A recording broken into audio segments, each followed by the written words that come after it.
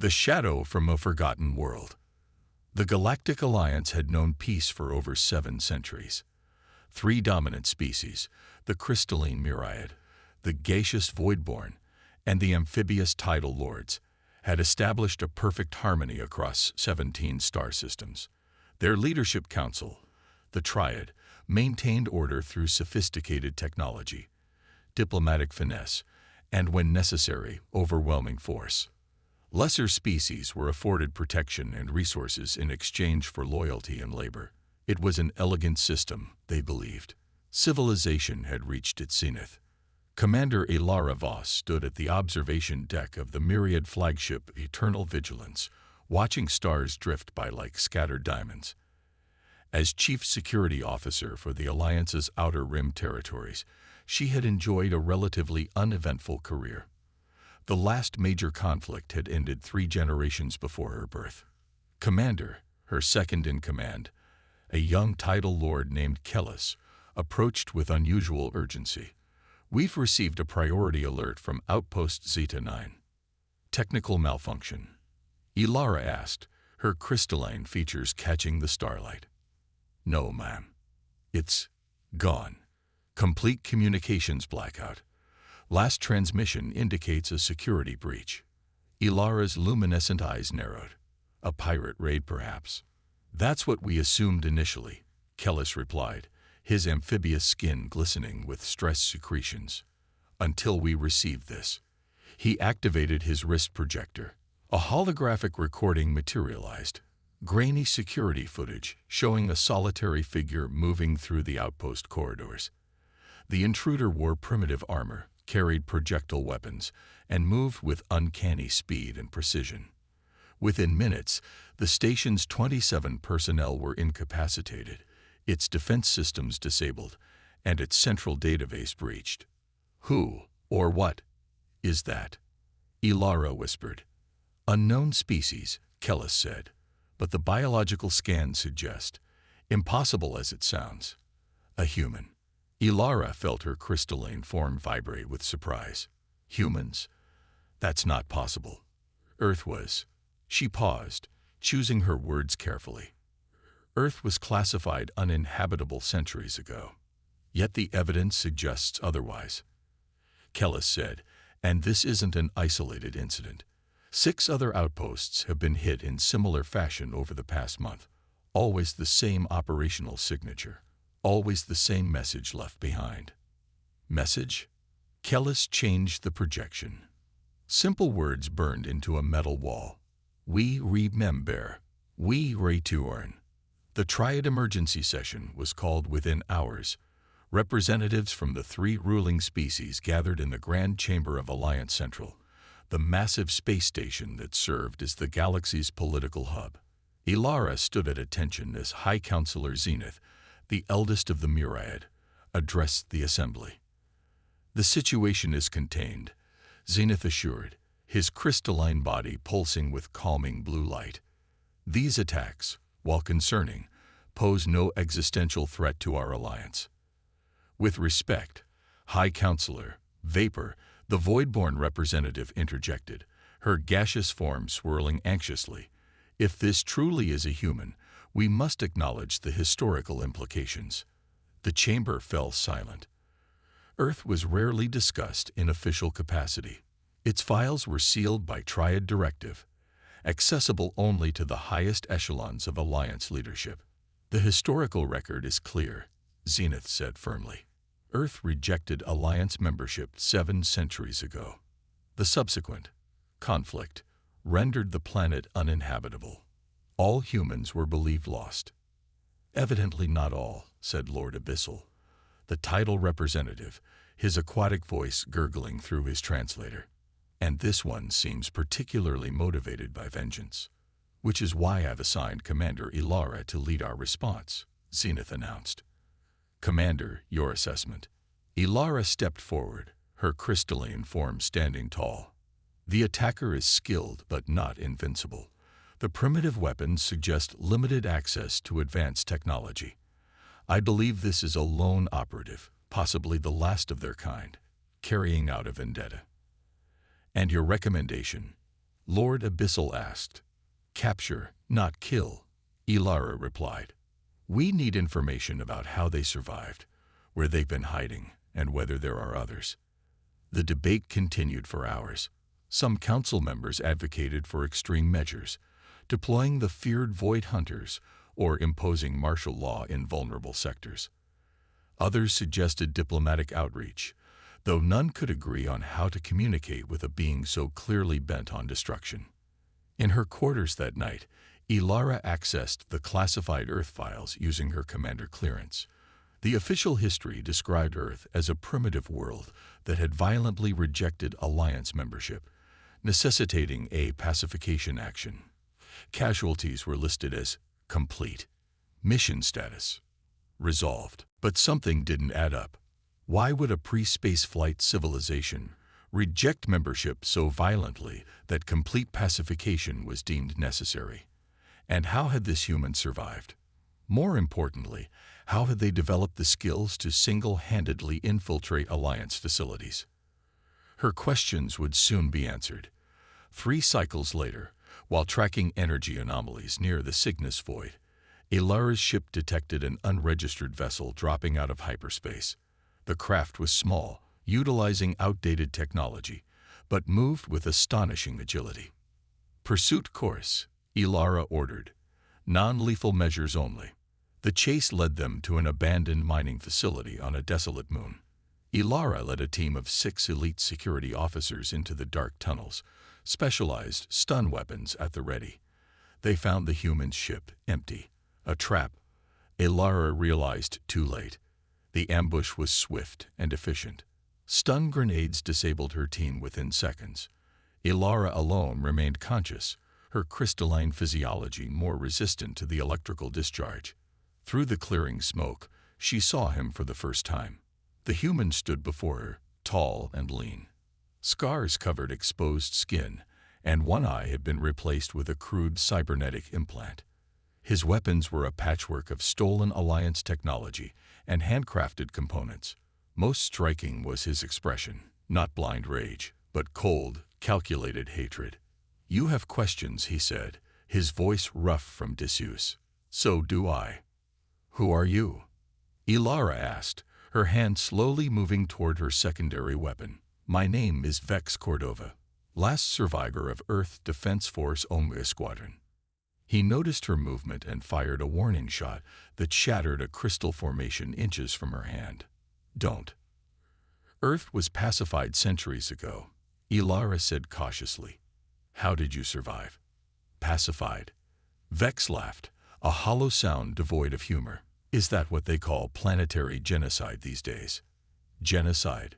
No, the records indicate Earth rejected Alliance membership and your precious Alliance came to Earth promising knowledge and protection. Vex cut her off.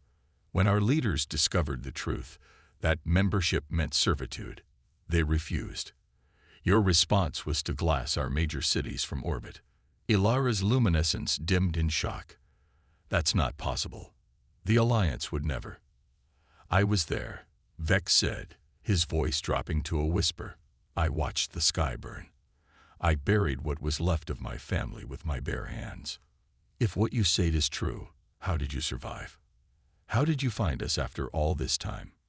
Vex's lips curved into a grim smile. Omega Squadron was in a deep bunker when the bombardment began. 50 of us, Earth's elite special forces. We survived the initial attack, but radiation and limited supplies took most over the centuries. We utilized experimental cryostasis to extend our lives, waking only briefly each decade to assess the situation. And the others? Ilara asked. Dead. All dead. I'm the last. Something flickered in his eyes. Grief, perhaps. Until 30 years ago, when we detected your scout ships returning to our system. That's when I began my mission. Which is to reveal the truth, to make the Alliance face what it did, and to ensure it never happens again. Vex raised his weapon. Starting with you, Commander. But before he could fire, the facility shook violently. Alliance reinforcements had arrived, bombarding the moon's surface from orbit. This isn't over, Vex said, backing toward a hidden exit. "This is just beginning." As he vanished into the darkness, Ilara knew with absolute certainty that the Alliance's centuries of peace were coming to an end. The nightmare from Earth had only begun to exact his revenge. The reckoning. The Alliance capital gleamed against the backdrop of space, a massive structure of crystalline spires and atmospheric domes housing the seat of galactic governance. Normally bustling with diplomats and officials from hundreds of worlds, today it was eerily quiet. Security protocols had been escalated to unprecedented levels following attacks on 7 critical Alliance facilities over the past month. In the Triad's private chamber, panic was setting in. "He's one human." Lord Abyssal rage, water spraying from his speech orifices. "How has he penetrated our most secure facilities?" High Counselor Zenith remained outwardly calm, though his crystalline structure vibrated with tension. "The human's tactical abilities exceed our models. He appears to have extensive knowledge of our security systems. Knowledge he shouldn't possibly have," Vapor added, her gaseous form swirling anxiously. "Unless." "Unless what?" Zenith demanded. "Unless someone is helping him," Vapor finished. "Someone with high-level access." All eyes turned to Commander Ilara, who stood at attention near the chamber entrance. "I have been completely transparent about my encounter with the human," she said evenly. "My loyalty to the Alliance is absolute." "Yet he let you live," Lord Abyssal noted, suspicion evident in his tone. "When he has killed so many others." "He wanted me to deliver his message," Ilara countered. "And I have questions of my own. High Counselor, is there any truth to his claims about Earth?" Zenith's color darkened dangerously. "The Earth operation was before my time, Commander. The official record stands." "With respect," Ilara pressed, "I've reviewed those records extensively. They contain inconsistencies that cannot be explained by standard protocol." "This discussion is closed," Zenith declared. "Your assignment remains unchanged. Locate and neutralize the human threat by any means necessary. The Triad has authorized deployment of the Void Hunters." Ilara's luminescence pulsed with alarm. "The Hunters are prohibited under our own laws except in cases of existential threat," Zenith finished. "Which this has become. Not because of one human's capacity for violence, but because of the questions he raises. Questions that threaten the very foundation of our alliance." As Ilara left the chamber, she couldn't shake the feeling that she was being used, not to find the truth, but to bury it deeper. Meanwhile, Vex Cordova moved like a ghost through the ventilation system of the Alliance archives, the most heavily guarded information repository in known space. His primitive appearance belied sophisticated preparation. For decades, he had studied Alliance protocols, technology, and weaknesses. The experimental cryostasis had preserved not just his body, but his burning need for justice. As he bypassed the final security node, memories flooded back unbidden. Earth, 712 years earlier. The skies filled with Alliance ships broadcasting messages of peace and cooperation. His younger self, then Captain Cordova, assigned to the diplomatic security detail. The initial excitement as humanity realized they weren't alone in the universe. Then the discovery of the truth hidden in the treaty language. Earth would not be an equal member but a resource world, its population relegated to menial labor. The diplomatic rejection. The immediate, devastating response. Vex pushed the memories aside. Focus was essential now. He'd reached the restricted archives, where the Alliance kept its darkest secrets. His hands moved quickly over the ancient interface, bypassing security with codes acquired from his previous raids.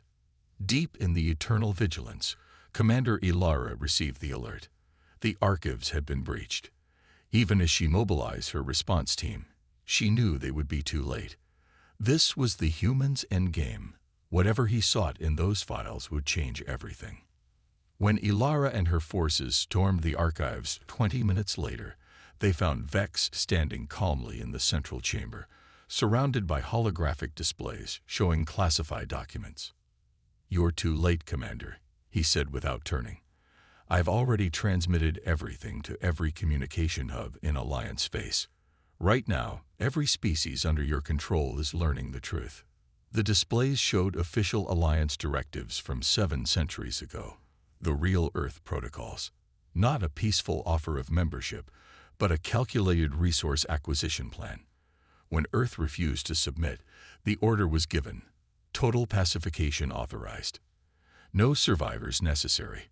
Resource extraction to proceed regardless of indigenous population status. This can't be real, Ilara whispered, her crystalline form dimming in horror. Oh, it gets better, Vex said bitterly. Your alliance didn't just target Earth. There were dozens of other worlds, species deemed too primitive or too independent to properly serve, but whose planets held valuable resources.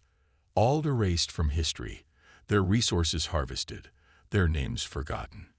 He gestured to another display showing a list of worlds. The alliance was built on genocide. Ilara's security team looked to her for orders, their weapons trained on Vex.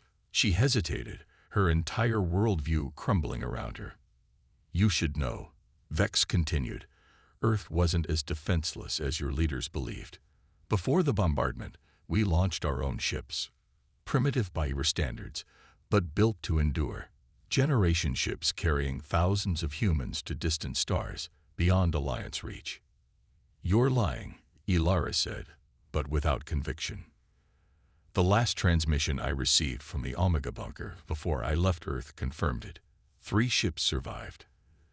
They've been building, growing, preparing.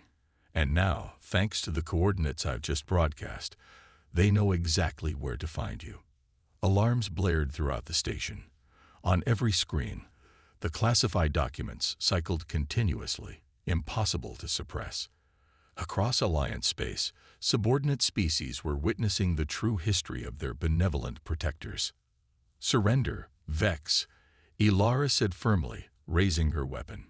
It doesn't have to end in more bloodshed. It already has, he replied.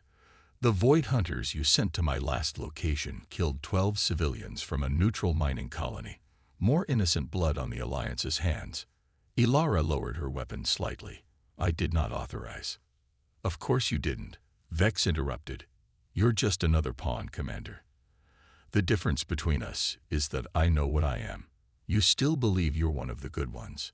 Before Ilara could respond, the station shuddered violently. Explosion. The Void Hunters had arrived, their directive clear. Eliminate the human and anyone compromised by him. They're going to kill us both, Ilara realized aloud. Destroy the evidence, silence the witnesses. Vex nodded grimly. Now you understand. The question is, what are you going to do about it? In that moment, facing the human who had brought chaos to her ordered world, Ilara made her choice. She turned to her security team. Evacuate the archives. Secure these files. The Alliance people deserve the truth. Commander, her second-in-command protested. This is treason. No, she replied, her crystalline form glowing with newfound purpose. This is justice. As the Void Hunters breached the outer doors, Ilara and Vex stood side by side. An unlikely alliance formed in the ruins of lies. Whatever came next, the galaxy would never be the same. The peaceful facade had shattered, and in its place, a reckoning centuries in the making had begun. In the distance, beyond known space, 3 ships altered course, responding to a signal they had waited generations to receive. Earth's children were coming home, and this time, they weren't alone. The nightmare had only just begun.